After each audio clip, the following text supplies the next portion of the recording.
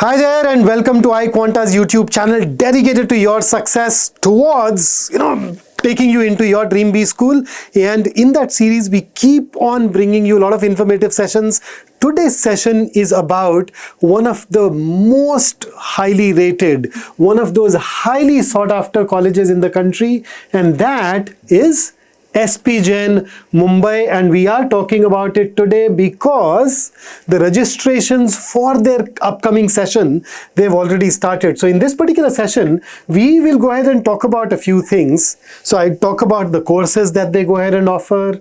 We'll go ahead and talk about the selection criteria, and this is something that you must stay back for because it happens to have a very unique take on deciding on their prospective students. And then, of course, we talk about the deadlines, and as usual, I will also give you a glimpse into the placements that are offered at SPJIMR Mumbai. So let's go ahead and dive into the very first thing here, which is the programs that are offered. So this college obviously offers a postgraduate diploma in management, or in other words, PGDM. This happens to be their flagship program, and the total intake for this program is around 240 students every year. Now, apart from this, they also happen to have this other course which has this BM added to it. So what is this BM really? This BM is for business management, and the intake for this course is around 120 students a year. So how are these two different? So PGDM is basically comparable to any other program that you opt for in majority of our B schools, where you enter, and then the first year is more or less common for everybody. In the second year, you opt for a specialization, and depending upon the specialization that you opt for, your curriculum changes significantly. So, in your second year, you can go ahead and opt for finance or marketing or information management or operations and logistics. Right? So those things, or operations and supply chain as they call it as SPJIMR, so that will significantly change your curriculum. On the other hand, this is more of a general management program where you don't really have a specialization per se, although subsequently you can take up programs according to your need, according to your preferences, based on the kind of career that you are thinking of building up ahead. So unlike those fixed specializations here, you don't get such specializations in the business management program, but this is definitely something that you can target. Then you have these sort of executive courses available. So the first one will be PGPM, which is again very popular. So 1.5 year course, but then you need to have a 3 years of work experience. Then you have programs like Global Management Program and a postgraduate management program for women. It was a one of its kind initiative, although for the coming year, they have basically merged this with PGPM. So if you are a woman who was on a career break and you are thinking of, notice this career gap thing, and if you're thinking of getting back into the scheme of things, you can apply to PGPM through the restart category, and that's practically PGPMW. But as I said, now the batches have been merged instead of treating it separately. So these are some of the programs that are available at SPJIMR, with this being the most sought after, followed by the second one. So most of us likely will target one of these. They of course have other programs like family business management, etc., that can fit into the scheme of things for some individuals. But for most of us, these are the two courses that we are really looking at. Now, how do you get into these courses? So there are two distinct streams that you have here. So you have these selections which are based on your profile and the CAT score. And then there are these profile-based shortlistings. So see, at the end of the day, when you apply to a college, you are shortlisted for the next round on the basis of certain things. So at most of the colleges, those certain things involve the score of the exam, CAT, GMAT, whatever, and your profile. So at SPJIMR also, you have this profile-cum-score based category where once you have gone through the entrance test, once the result of the entrance test is out, they are called, you are called on the basis of your performance in the test plus your profile. Okay, and then the final selection list will of course use a composite score. However, SPJIMR is one of those colleges where you can get a call even before the CAT scores are out. How? So see, basically they want these 4 things in you. Okay, so quite a few years ago, and when I say quite a few years ago, I'm talking about actually around 17 years ago, I had a conversation with somebody from the admission committee at SPJIMR, and they said that, hey, we look at these things in a candidate, and on each one of these parameters, we assign some labels. So back in the day, the labels used to be S, A, B, C, where S is super, and then you know what ABC stands for. So they said that we want at least one S, and preferably not a single C in each one of these categories. Okay, now imagine there is a candidate whose academic background is absolutely solid. And let's say they end up giving this candidate an S here.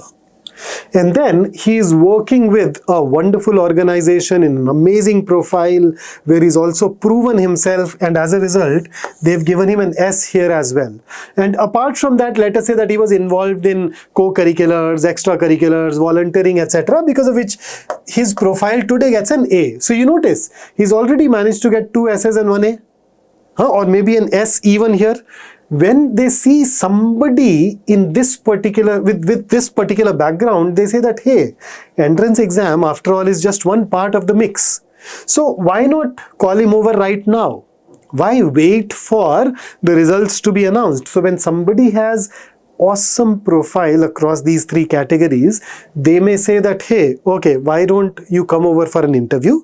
So they will interview you even before the results are announced, but the final selection will still depend on your entrance score. Remember, you cannot afford to get a C here. But if you're excellent in the other 3 categories, even if you have say an 85 percentile, 86 percentile in the CAT, they will still give you a final offer of admission. On the other hand, let's say you have, some A's here or A's or B's here, then in that case, they may wait for the CAT result to come out, and if your performance in CAT is phenomenal, you're getting an S through your CAT score, and the rest of these are basically A's or A's and B's, then they may invite you over, and then finally in the final offer letter, they basically look at the composite score.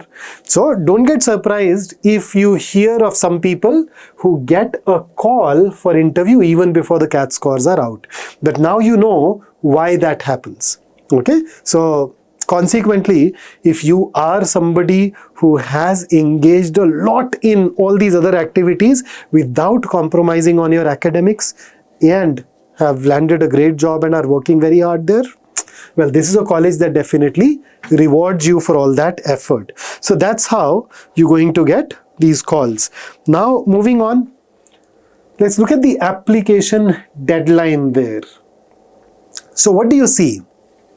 You notice that the last date is going to be even before the CAT exam is over. So there are a lot of colleges where the last date falls after the CAT exam, which basically means that you have extra information available to you. Now you can guess, now you can calculate using our percentile predictors, which percentile bracket you land up in.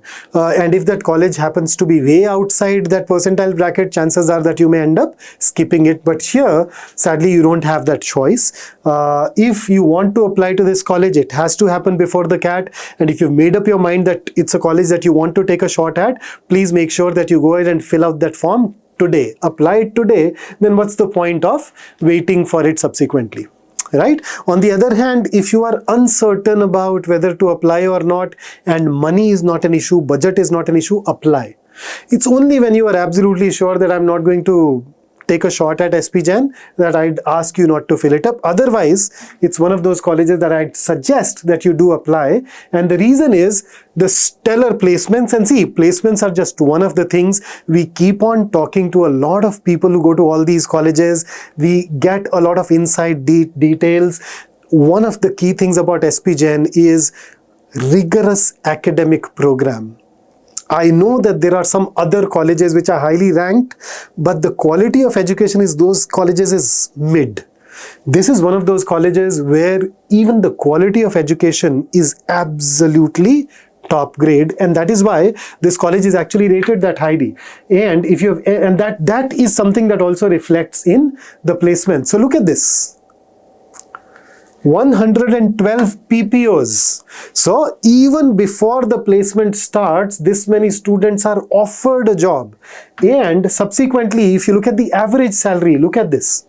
33. Median is also very close to average, which is a great thing. And the highest salary, etc. These are things which are outliers. I don't focus much on that.